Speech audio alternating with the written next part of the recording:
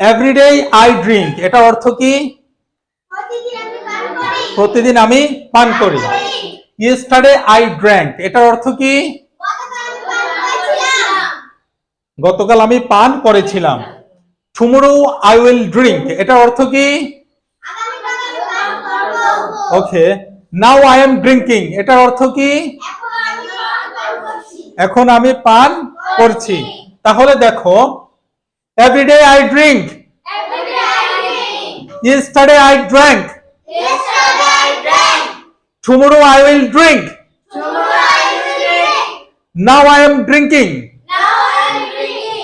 এখন everyday I go, এটা অর্থ কি? যাই। yesterday I went, এটা অর্থ কি? tomorrow I will go, আগামীকাল আমি যাব। now I am going, এখন আমি যাচ্ছি। এবার everyday I go, yesterday I went, tomorrow I will go,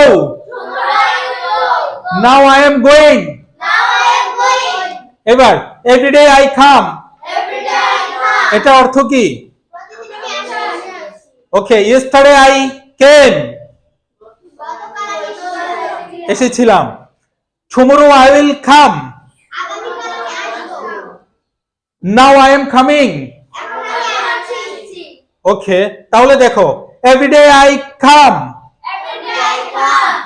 yesterday I came,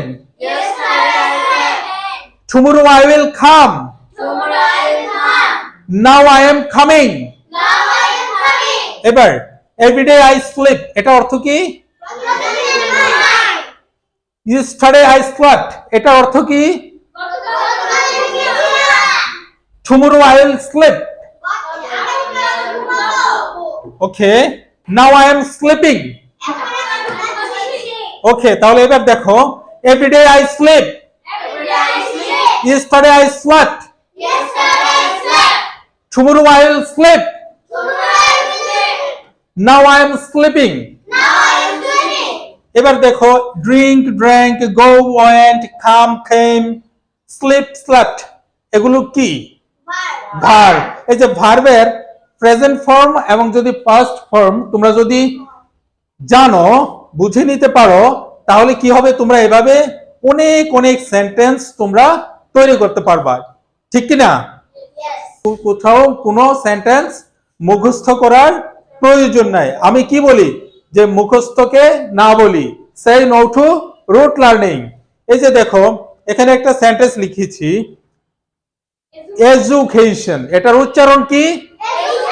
education. অনেকে বলে থাকে এডুকেশন, তোমরা হয়তোবা এডুকেশন এর আগে বলেছো, কিন্তু সঠিক উচ্চারণ হচ্ছে, accurate pronunciation of this word is education, education, education.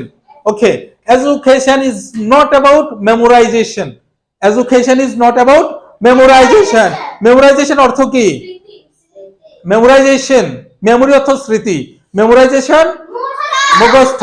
Education is not about memorisation, যে শিক্ষা মানে মুখস্থ নয়, বাট আন্ডারস্ট্যান্ডিং।